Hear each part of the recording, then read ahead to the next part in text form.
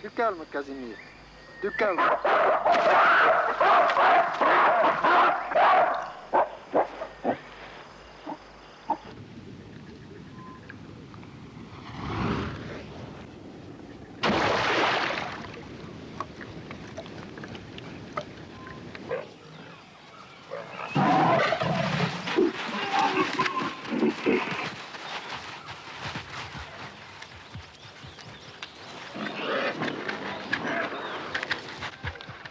These scenes of wildlife action are all the work of one cameraman.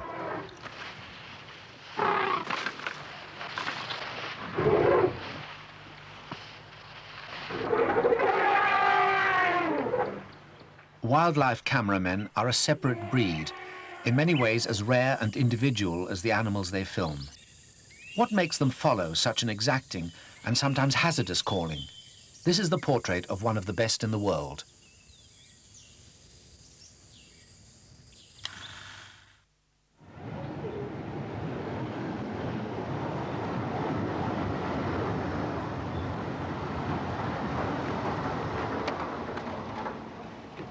For perhaps 1 month a year, Dieter Plage, a German in his early 50s, becomes a commuter to his home in the outer suburbs of London. This short break in what most people think of as civilization comes when he's helping to finish a film that may have taken a year or even longer to shoot in some remote corner of the world. Wildlife cameramen share at least some of the characteristics of their quarry. To survive, they must above all adapt to their surroundings.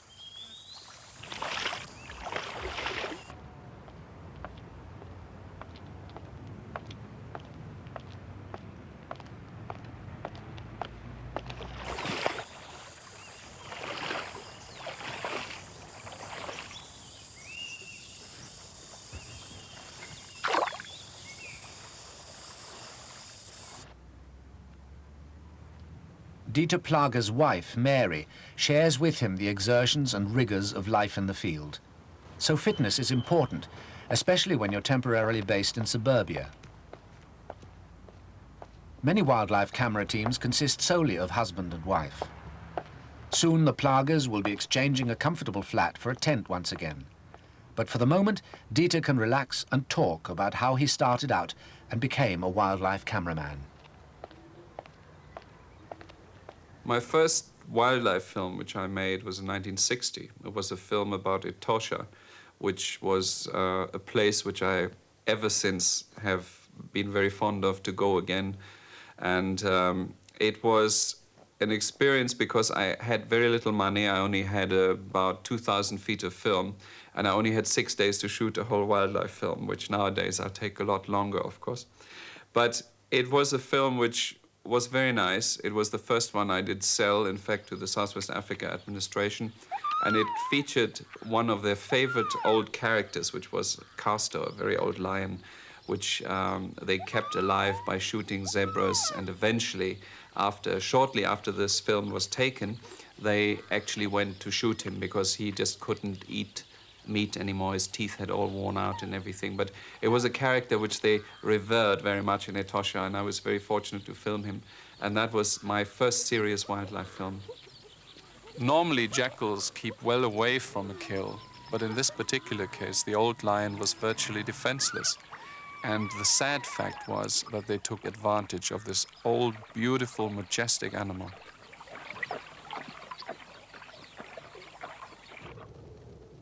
I've always enjoyed filming action sequences, and the first film I shot for survival in Southwest Africa gave me a really wonderful opportunity. It was about some gemsbok antelope which had to be moved to a reserve from an area on the edge of the Namib Desert.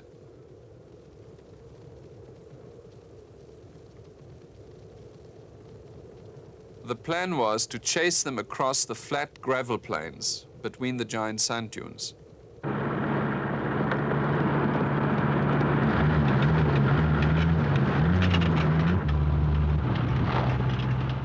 The operation was full of technical difficulties. Not the least of these was filming from a capture truck doing about 40 miles an hour and chasing across the desert. The actual plan was to catch each antelope by the tail and then just tranquilize it. The only way I could get steady shots of the chase was to bolt the camera tripod absolutely solidly to the vehicle.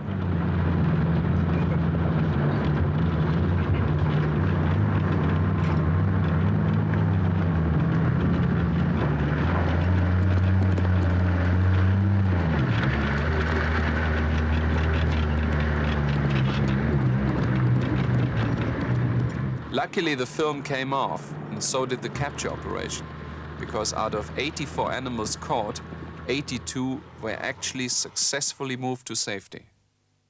Shortly afterwards, Dieter Plage filmed another adventurous story in southwest Africa. Peter Stark, international dressage rider, was then head ranger of Etosha National Park. Stark had developed a novel technique for rounding up elephants that had broken through the supposedly elephant-proof fence surrounding the park and had been invading farmland outside. He trained his rangers, including bushman riders, to herd the rogue elephants back into the park. Dieter took part in the roundup. The film was called The Fence.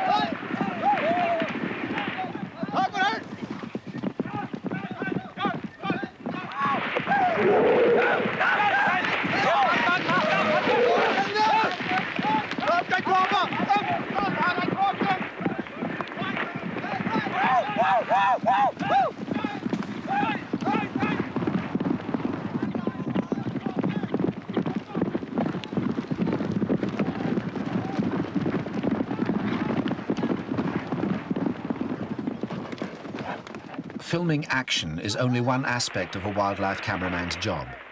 The most difficult part is making detailed studies of the animals themselves. For this, you require not only patience, but often the help of scientific experts.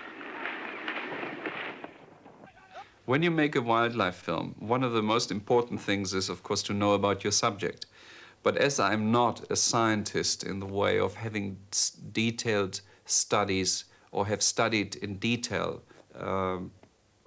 animals or their behavior, I have to refer to experts who know. And most scientists study one subject in particular, and they know very much about this one particular subject. So, but if you're a wildlife cameraman, you've got to have a whole spectrum of knowledge of these things, and you can never have that detailed knowledge on your own. So you have to refer to people sometimes who do know and have the knowledge. One of the most extraordinary characters I've ever met was Adrian De Shriver, a very quiet, introvert man who was very difficult to know. And when I first met him, it was almost, I felt I will never get really through to Adrian because he is very withdrawn, but a very, very remarkable person. Lee and myself, who was then my assistant, we worked for several weeks with Adrian. And I think he then realized that we really were serious about making a film about gorillas.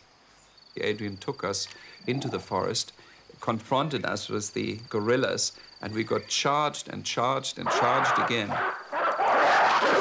And I think, and I'm sure, if I would have even flinched once and would have dropped the camera or would have run or turned around, Adrian would have said, well, this is obviously not the right man to make this film.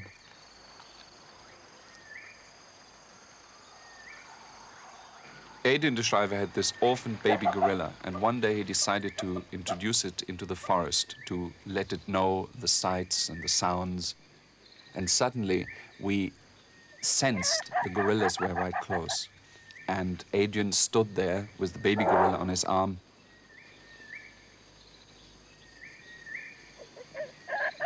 And suddenly the gorilla called in a way it had never called before. It was really, there was a strange feeling. It was all quiet. And suddenly we saw the leaves move, and there was Hannibal first, who looked at us. And I sensed there was something going to happen, which really we shall never forget. Hannibal suddenly called, and Casimir answered from the background, and Adrian was very, very nervous, and we all realized this is a situation which really can end up in something terrible.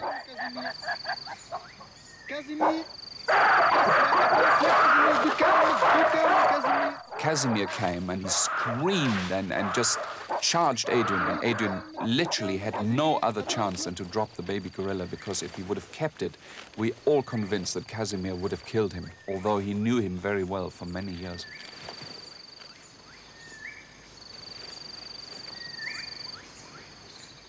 We filmed this, and I stood there, and I was fortunate that I had put the camera on a tripod, which I was carrying on my shoulder. And the incredible thing was that when Casimir snatched the gorilla, that he actually gave it to the females in a gap which he himself had created before he actually charged us. There were other wildlife experts, of course, I greatly enjoyed working with. Ian and Aurea Douglas Hamilton I met in London originally, and then we made this film about a study which they had done for 5 years in Manyara National Park in Tanzania. And they were rather remarkable people, especially Ian, who had absolutely no fear of elephants, which I, of course, immediately realized was because of his intimate knowledge of the animals. He lived in Manyara for about 5 years, and he followed particular groups of elephant for that period of time. And the elephants eventually got to know him so intimately that he could almost, well, in fact, not almost, actually walk in amongst them. And some of them would charge them a little bit or would do something threatening. But I don't think Ian was ever in any real danger.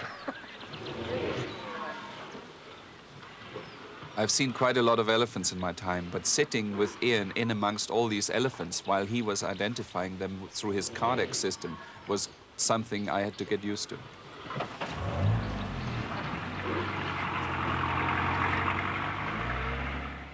I have several animals which really are my favorites, and it's very difficult to say one animal which I like best, because each one is so very different.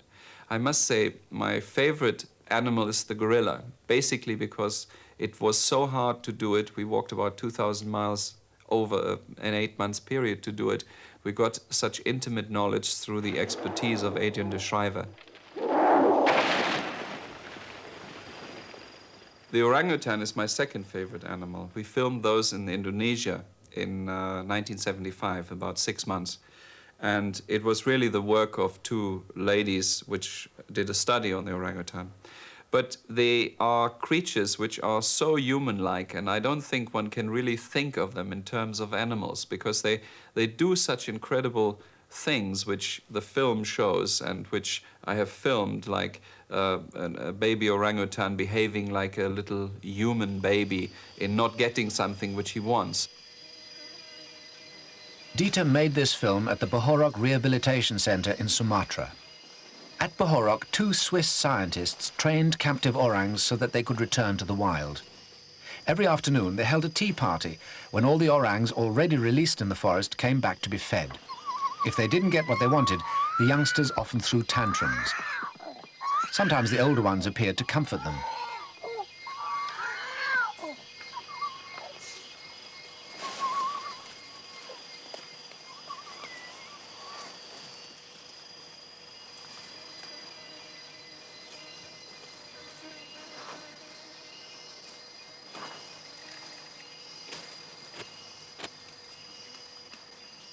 Some afternoons, the wardens brought along bottles of milk in a bucket. The idea was to see that each orang got its fair share.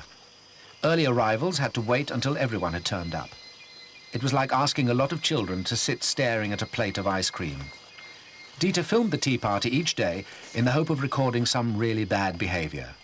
It was a foregone conclusion that he would eventually succeed.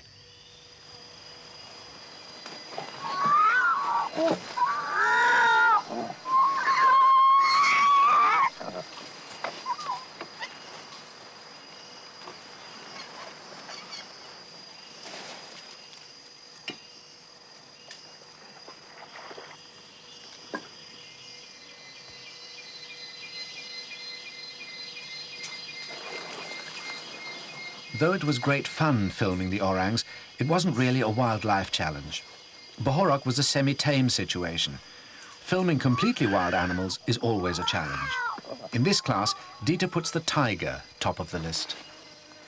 The tiger is one of the most awe-inspiring animal at all you can ever see.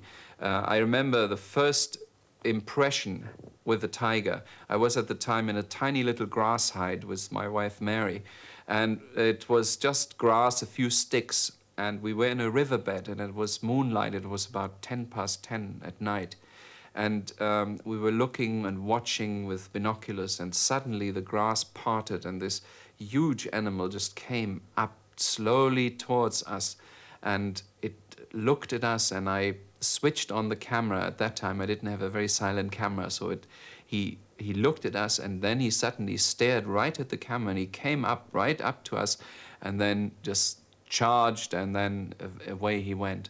But it was such an incredible moment to meet this really wild creature on such close ground, and all he needed to do is to run against the hide, and the whole hide would have collapsed.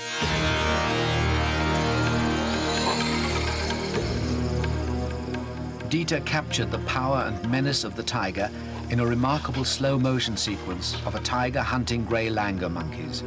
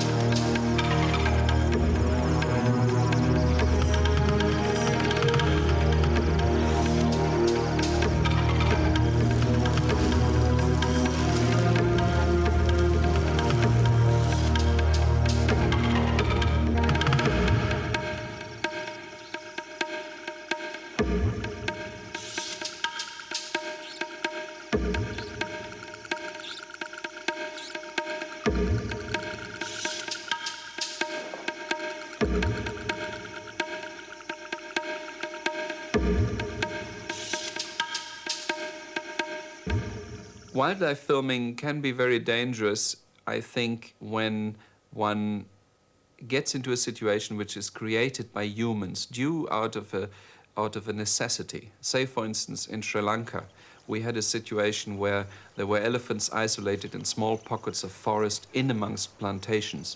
They were shot at by people every day. They came out at night to feed on the plantations.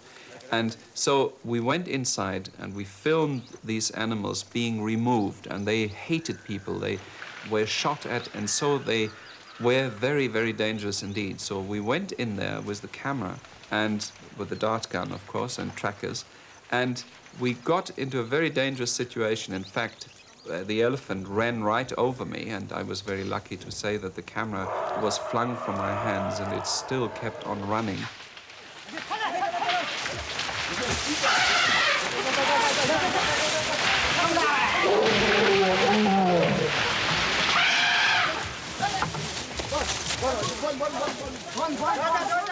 When you have a situation where you arrive in a country and you have your permission, they may come and say, well, I'm terribly sorry, that's not good enough. So then you're stuck. All your customs is, all your equipment is stuck at customs. You then have to go to the government department, and they come and say, well, you know, terribly sorry, you need another letter from this department. And in the end, you end up with weeks wasting time, staying in expensive hotels, or wasting time in other ways or forms. And then finally the situation arises where you got to go right to the top.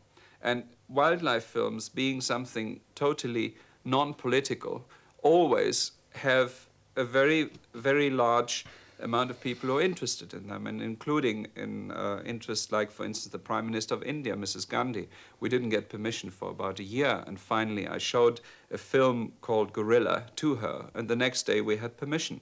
Or we had a different situation with Emperor Haile Selassie, where the Lake Shala National Park was to be declared a national park, but it never really got through into the statute books.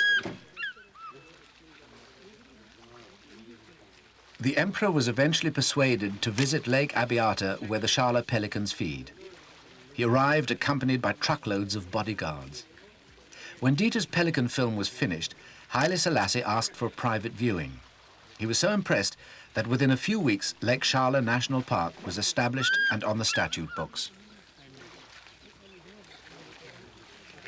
Heads of state have many other things on their minds besides conservation of wildlife and wild places. It's a tremendous boost for conservation, especially in autocratic or one-party states, if the head of government takes an interest in wildlife projects. Sometimes a wildlife cameraman who has the confidence of the authorities can play a part in making this happen. When it happens, Dieter regards it as one of the greatest rewards of his job.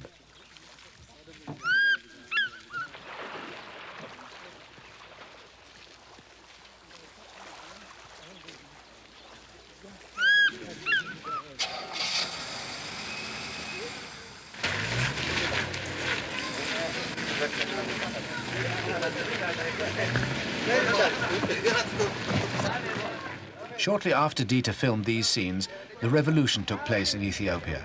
The emperor was deposed and his bodyguards shot. But the national park the emperor decreed still exists at Lake Shala. Dieter's next assignment, also in Ethiopia, was filming the Afar tribesmen of the Danakil Desert. Once again, he had to get to the highest authority, in this case, the Sultan. The tribesmen are so hostile that they even threatened to throw me into this boiling spring.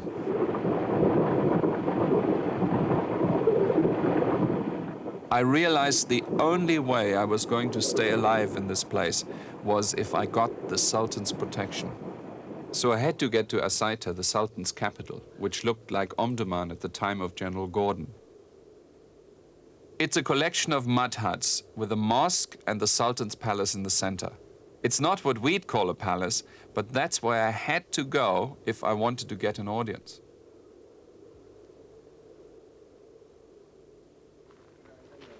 The first thing I had then to do was to get past the Sultan's bodyguard. They were a real desperate-looking bunch of warlike characters.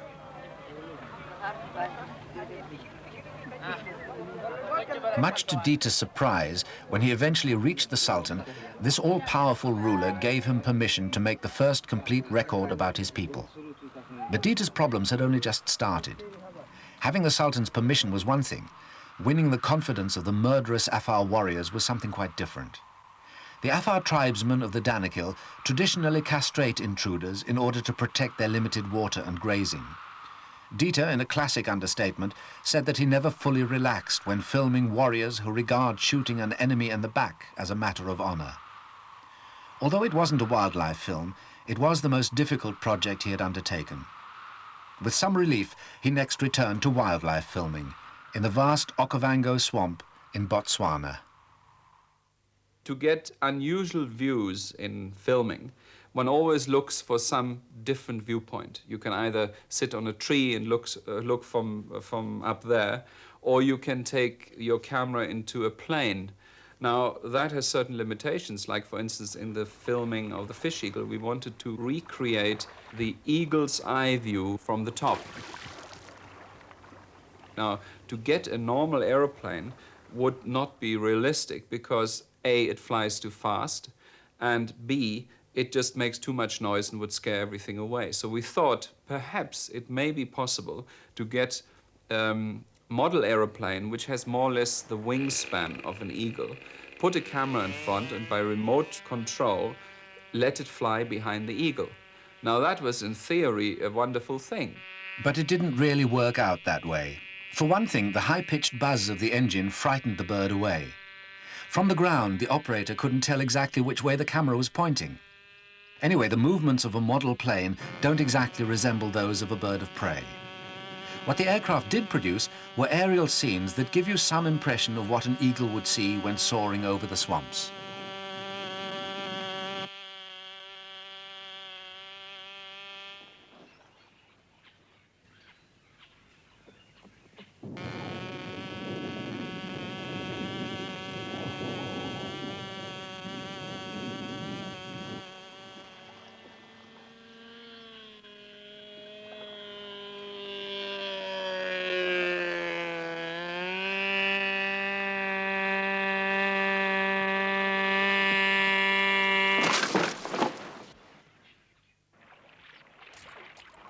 One gadget that really worked, I used in Lake Shala filming the great white pelican.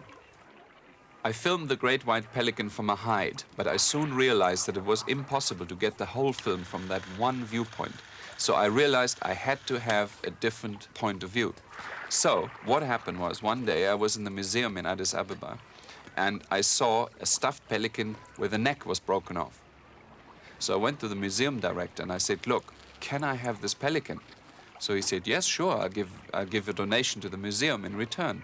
So I took the pelican, I hollowed it out, I got a mini tire, bits of wire and wood, and I made a pelican or something resembling a pelican, and I put the camera inside. Also, the whole thing then had to contain the battery and various other things. So finally, I got the whole thing together in the smallest possible space so that I could put on my head and swim up to my, or just the water would just be above my shoulders. So when this whole gadget and myself were in the water filming, it looked to an ordinary pelican like an oversized pelican. So finally, I had the whole thing assembled and I went into the water. And I was really very nervous whether it would work or whether it wouldn't. So I had to swim about 1.5 miles around the island to face the pelicans, which were all in the water. And I got closer and I got closer, and the pelicans just looked at me and they just didn't seem to react in any shy way or so. I slowly got closer and closer. And finally, I was so close that I literally had to focus the lens on closest distance, and it was the most exhilarating experience I ever had, because looking through this viewfinder and realizing that these animals actually totally trusted me, being so close to them. They only at one stage didn't like the noise of the camera, which in those days there weren't any noiseless cameras. But I must say, when I really filmed those animals very, very close, I was close to tears because I was so moved that it was such a success to get a totally different viewpoint, which I never had before. And I think this different viewpoint finally attributed to the success of the Pelican film.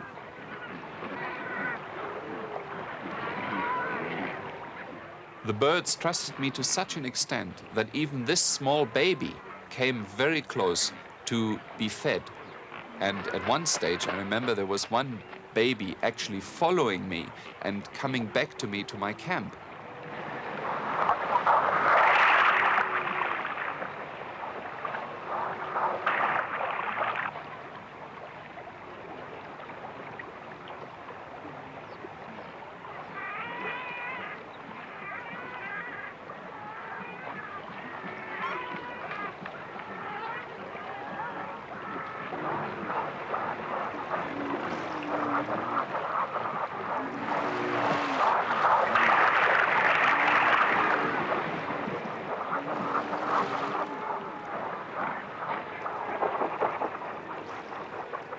There was one snag about the whole thing. The lake, it had a very strong soda content, and therefore it was very, very hard on your skin. So I ended up in the 3 or 4 weeks, which I spent every day filming in the water, I ended up with most of my skin being chafed off, and even the wetsuit couldn't prevent that. And it was a very, very unpleasant experience indeed. But coming out of the water like this, and having got this tremendous sequence, it was one of the most exhilarating moments of my life.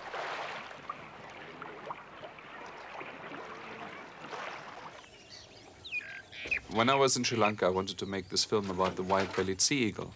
And the nest I wanted to film was about 80 feet up in a tree.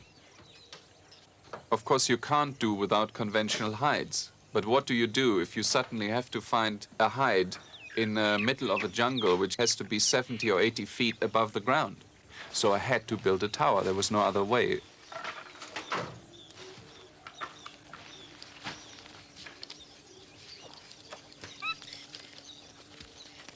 Constructing a tower hide is a fairly routine operation for a wildlife cameraman. Hoisting the sections up and bolting them together is not too difficult, provided you have helpers. But after the 50-foot level, the locals said, no thank you, we don't want to go higher than that. So Dieter did the job himself.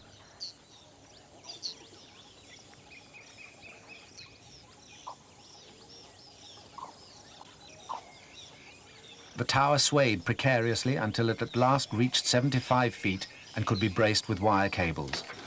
At this height, the weight of cameraman and camera caused the tower to sway in the slightest breeze. The hide had to be made rock steady before work could begin.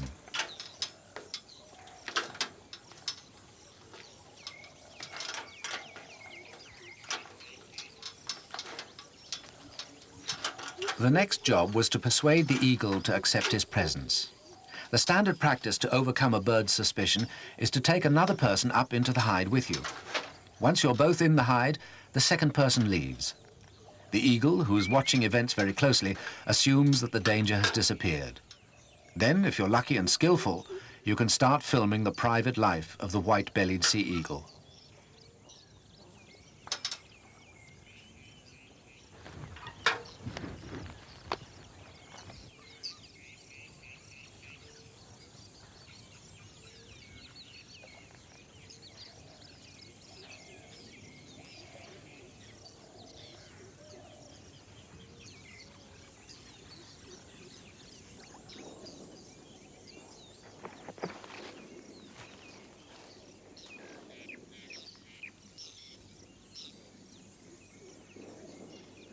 If you do a complete portrait of a bird like the white-bellied sea eagle, then of course you have to do the nesting stuff, you have to film the baby in the nest and so. But the most exciting thing about an eagle is its flight. And therefore, it was one of the main things which I wanted to do in this film, to get as many exciting flight sequences as possible. Obviously, you don't always need a hide for that, but you just got to be at the right place at the right time.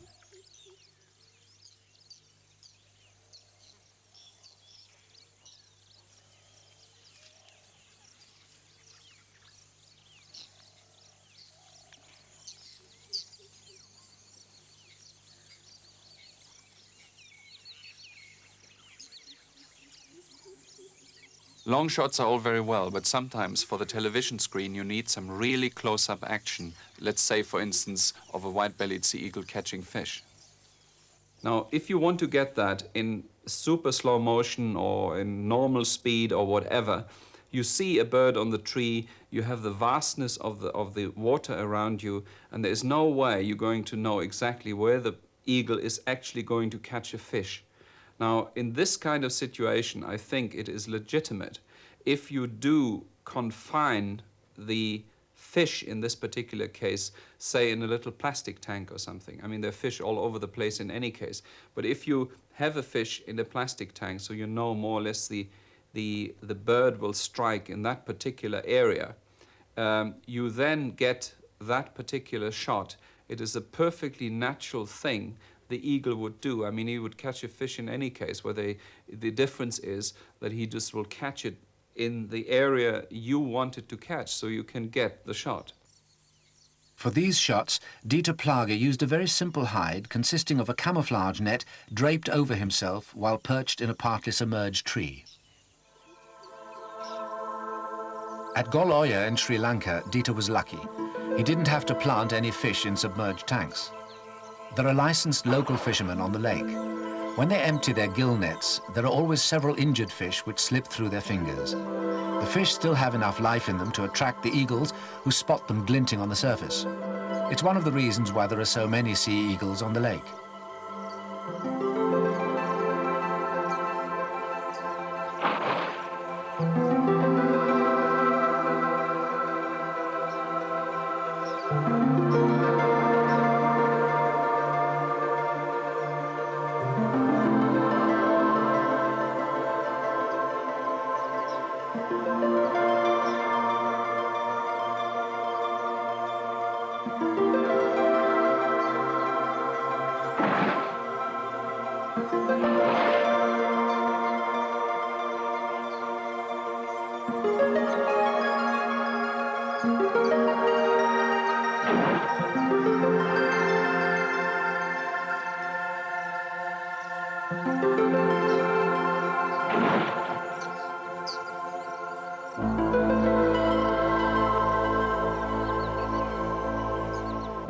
The eagles have such extraordinary eyesight that they can spot a single fish half a mile away and come diving down from several hundred feet to snatch it up. For his next job, Dieter had to learn to fly himself. He was to make a film about wildlife on Everest. He needed to fly his own aircraft to supply his base. I always had a great love for aeroplanes. So one day I decided I'm going to buy an aeroplane with the help of Anglia.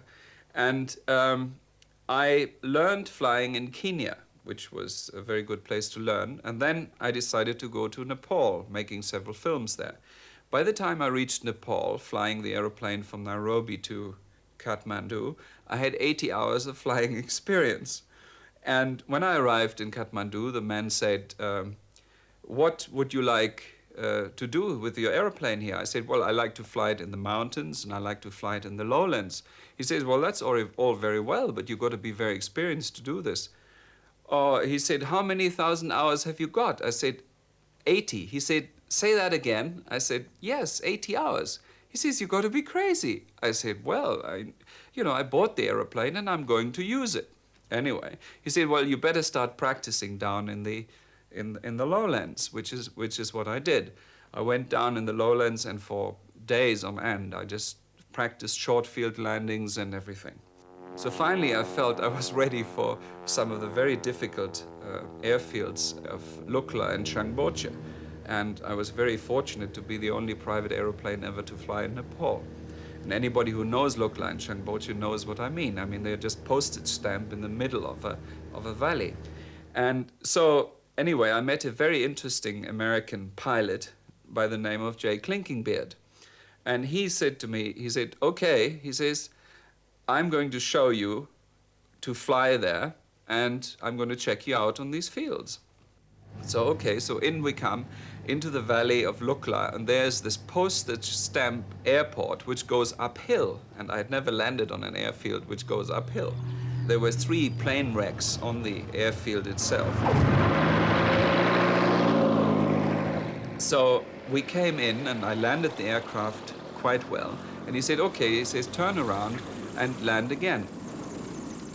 And then something awful happened. I didn't watch my speed, and I nearly crashed the aeroplane.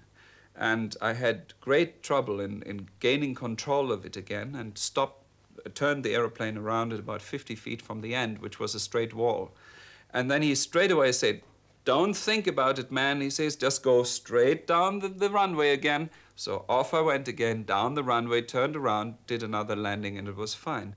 I then had to land at the 12,100 feet field of Changboche. And that was even more difficult. And I remember Jay Klinkingbeard saying to me, man, he says, landing at Changboche sure is like parking your car in a garage at 80 miles an hour. And I promise you it was really like that, because you have no margin for error. My knees were shaking uncontrollably as I was coming in. One of the Royal Nepal Airlines pilots, Emil Wick, was there, and he sort of could see. And I landed, and the landing was, according to his words, absolutely perfect. And then from then on, I knew I could do it.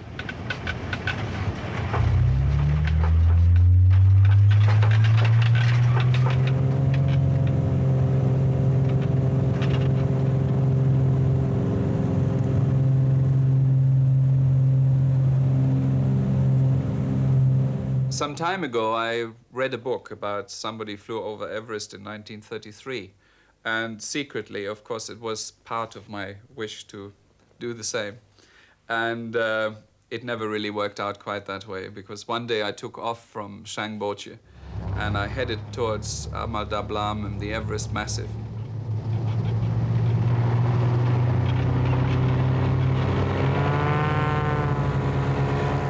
In fact, the flight wasn't just a piece of personal daring. Its main objective was to obtain first-class aerials for the film on Everest.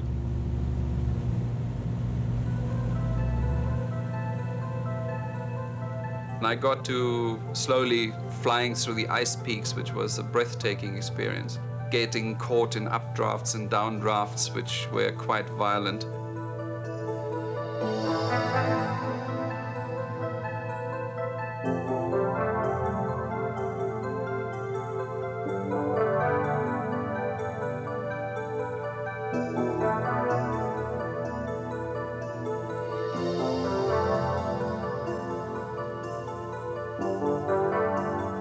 I finally got to 26,850 feet when I saw my oxygen scale. The needle of it were vacillating, and I was worried because at that height, a sudden oxygen failure could be fatal. So I abandoned the flight and went back to Kathmandu. Unfortunately, the weather was never good enough so I could do it again. But it was something I always wanted to do, and I only got 2,000 feet, 3,000 feet less than the peak of Everest, but it was a great and grand view from there.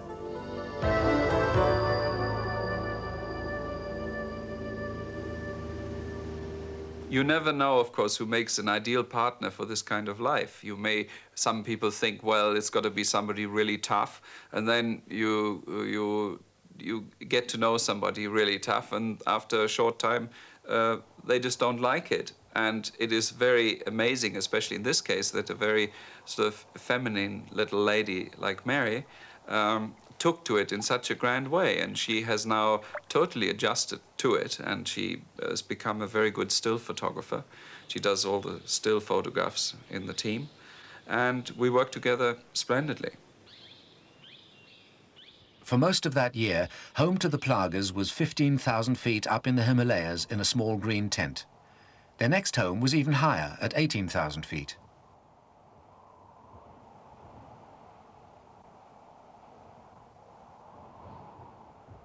A few months later, they were in the lowlands of Nepal, where the problem was keeping cool.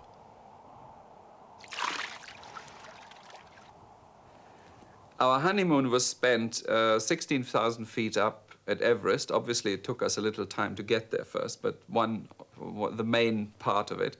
And as it was very cold and I had to have the camera warm the next morning, our honeymoon was literally spent in a double sleeping bag with Mary and myself, of course, and the Arriflex SR, which was being kept warm in the same sleeping bag.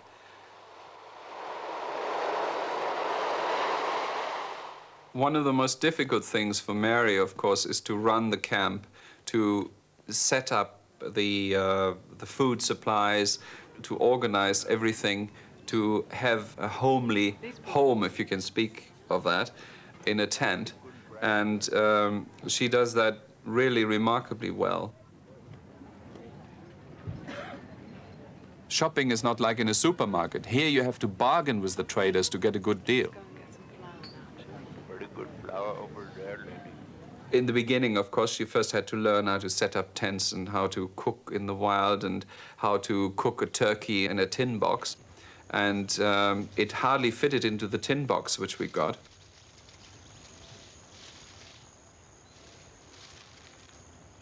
And she has really learned this in a remarkable way, and also now to improvise her own things. And for about 8 hours, we put it into this tin box, which was on a heating arrangement with gas.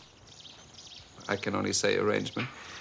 And it was one of the most marvelous, succulent turkeys I have ever eaten, and it was a real compliment to her. Sometimes the Plagas are lucky enough to have someone to cook for them, but more often they have to run their own camp and prepare their food each night after a long day of filming. It's important, they feel, to keep up appearances, even to put flowers on the table. There's an old saying that any fool can be uncomfortable, and it's never truer than when you're living in the bush. You observe such niceties for the sake of your own morale, not to impress visitors.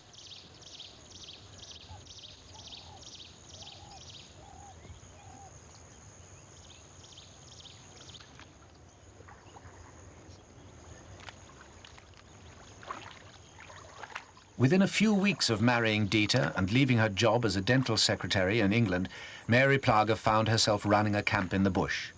This meant getting used to wild, sometimes dangerous animals, learning how to deal with them, and judging when it was prudent to leave the river to an elephant.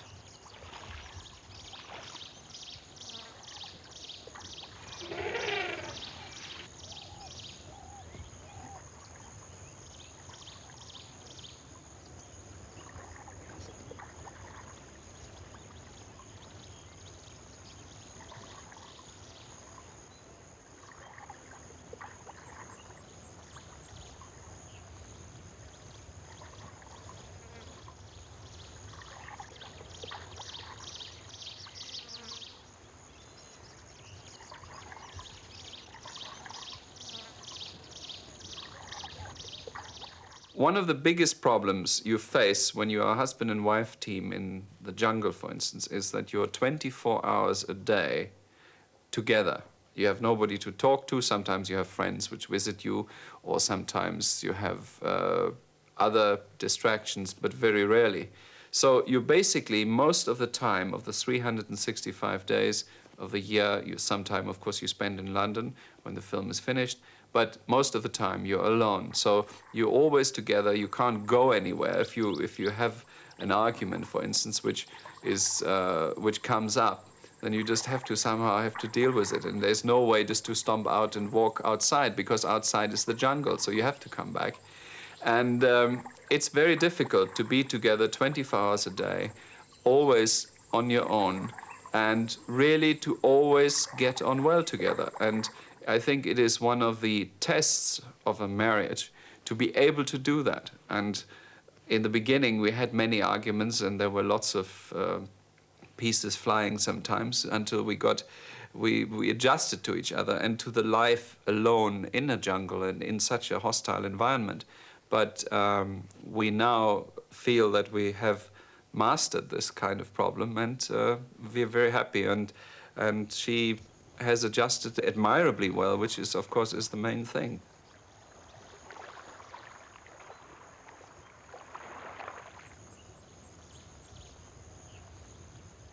Despite the problems of living in the bush, there are undoubtedly compensations.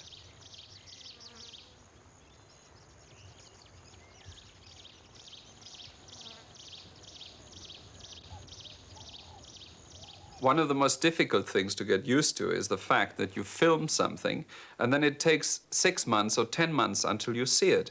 And when you finally get home, they have either done something which you don't like or something which you like very much, and that is usually the case. But sometimes they come up with the real gem, and the particular sequence which I remember is the siamang sequence. And the siamang, of course, is one of the gibbon family in Sumatra in Southeast Asia. And there they just achieved this perfect blend of music and picture. And I just personally call it a poetry in motion. And I just feel that is one of the greatest rewards to see that.